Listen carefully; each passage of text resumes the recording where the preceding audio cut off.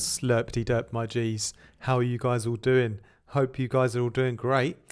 I wanted to do a little refresher lesson today on compressors and knowing exactly what a compressor does and why you should use it and when you should use it and why you should not overuse it as well. There are a lot of new subscribers on the channel, and a lot of my old subscribers already know my take on a compressor, but for the new people here, I wanted to make this video for you guys because there's a lot of misinformation on the internet, especially in drum and bass, about using compressors, and I want to clear up some of that nonsense to help you understand when it is that you should use a compressor. And you'll probably realize by the end of this video that it's a very a small amount of tasks that require a compressor in the grand scheme of things. All right, so first let's have a quick look over what the actual use case of a compressor actually is. So just really simply, my G's, in one sentence even, what a compressor does is it reduces the dynamic range of the audio which is being fed into it. Okay, so that's all it does. The dynamic range, once it's been reduced, can be turned up again, so the whole sound can be re-boosted again via the makeup gain, but the actual job of the compressor is to reduce the dynamic range. So how it does that is it just takes the loud parts of the sound and turns those down, and then that's it. And then if you use the makeup, it's gonna, bring that reduced signal all back up together, So if we just have a look on the drums, for example, if I put this compressor on my drums here, what is it doing? It's reducing the dynamic range. So it's taking the loud parts of the drums, i.e. the kick and snare, and it's knocking them down in level all the time,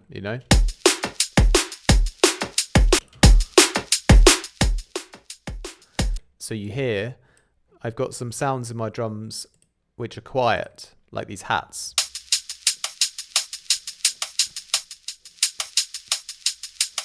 Okay, and because they're quieter, they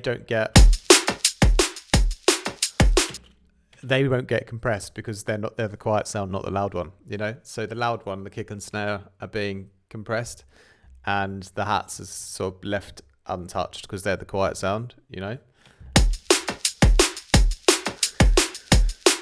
So if I was to compress my drums, I'm basically saying I want to have a weak kick and I want to have a weak snare, and that's why I'm using it. And obviously that's not what we want in drum and bass, because we want a powerful kick and a powerful snare. So that's why we don't need to ever compress the drums, theoretically, So yeah, that is all the compressor is doing, though, is the basic explanation. And again, like you said, you could turn the makeup gain and it'll turn everything up. And you could sort of bring it back up to the same level, but then all you've really done is just turned up the quiet sound, like the hats. So you've brought down the loud parts to make it less dynamic, and then you're turning it up again, and so then the hats, which weren't compressed, are now louder, So not something that is necessary to do on drums, for example. But that's just how a compressor works, what it does, theoretically. So now let's look into some examples of when you should actually use a compressor in a DnB tune. So let's look at a few examples where we could use the compressor in a strategic way. So in this drum loop, for instance, I already mentioned the hats were kind of the lower sound, the sound that doesn't need to be as loud and dynamic as the rest, So that's the sound we could compress, If we put a compressor on the hats just a little bit for this one, because they don't need to be turned down too much, but just a bit. Then, if we listen to the drums again now,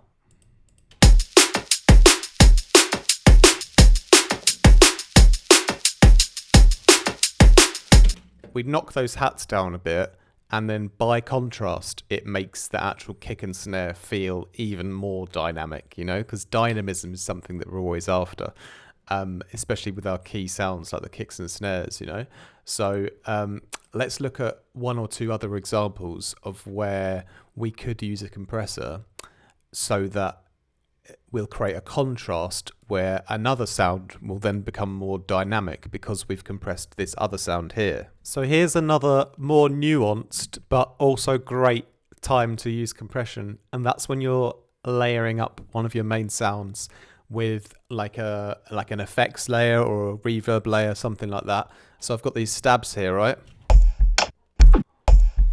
And I've created like a special effects reverb layer, like a really tight one, to go with them, which sounds like this. But when I play them together,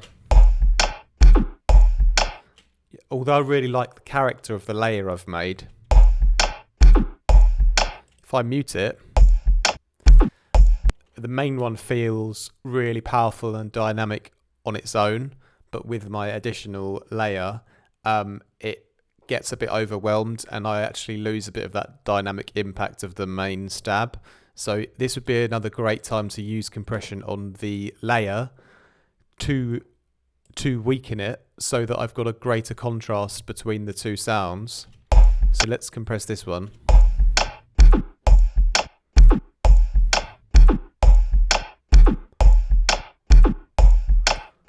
So now I've got a bit of a balance where I've got that additional character from the layer, but it's not overtaking the dynamics of the main stab, you know? So that's going to sound much better in my mix then, hopefully. Okay, so let's look at one more example where compression is really, really helpful. So my favorite thing to actually use the compressor on, and remember this whole video is about, you know, the actual practical and using a compressor in the sense of what it's designed to do, you know, reduce dynamic range. So my favorite thing that I most often use it on is vocals, because vocals always have a really fluctuating dynamic range, and that is a dynamic range which isn't really that great in a mix, because if one vocal is an element of many, it's going to be easier to control your mix when the dynamics of the vocal are relatively like they can definitely have a bit of dynamics, you know, but like a raw vocal recording is going to have super incredibly different dynamics. So leveling that out a bit helps to control it in a way that it's going to fit in your mix a bit better. So with long vocal lines, this kind of stuff is perfect. But even here on this track, I've just got a short little vocal sample like this. Did you get a look at him? And that is... Did you get a look at him? That's a short thing, so it's not, you know, as important as a whole like verse of vocals would be to compress properly. But even here, if I compress that a little bit... Did you get a look at him? Did you get a look at him? Did you get a look at him? It now has a bit of a... Did you get a look at him? Did you get a look at him? Did you get a look at him? A bit of a flat... Well, you can try to bounce it out so you can see... Did you get a look at... Did you get a look at him? Did you get a look at him? The result, that it should be a little flatter and more even now, you know? So there you go. Yeah, it's obviously it's turned it all down a bit, but in general, the difference between, you know, the sort of parts where it's quieter and the parts where it's louder, the dynamic range is a bit, you know, more minimal. It's not as all over the place, you know?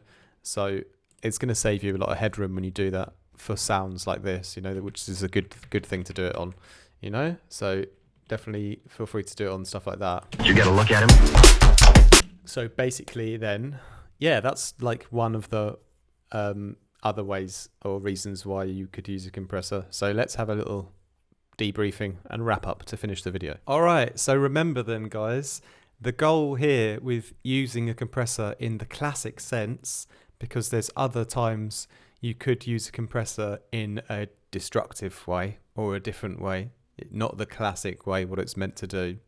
But most of the time, when you're using a compressor, you're going to be using it in a classic sense, you know? And so I showed you some examples of where I would like to use a compressor in my tracks. But the goal is that you understand what it is you're doing, and that is that you're reducing the dynamic range of a sound. And then with that knowledge, you have to then decide where is a good place to reduce the dynamic range and where is it not a good place to do it. And once you got a grip of that, then you can start to use the compressor in ways that will just benefit your overall goal, which is to have, you know, a powerful and dynamic mix, hopefully. So there you go. That's my little recap of compression for 2025 wrapped up for you guys. Thanks for watching.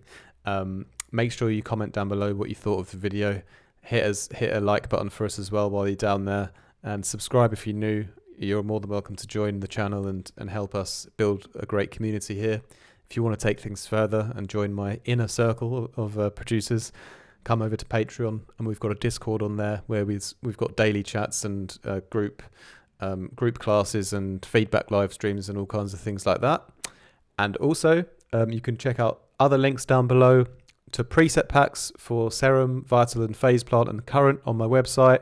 Production lessons, one-on-one lessons are available as well, and also mixing and mastering services available via email. All right, that's it from me today. More from me very, very soon. Ciao for now. Much love.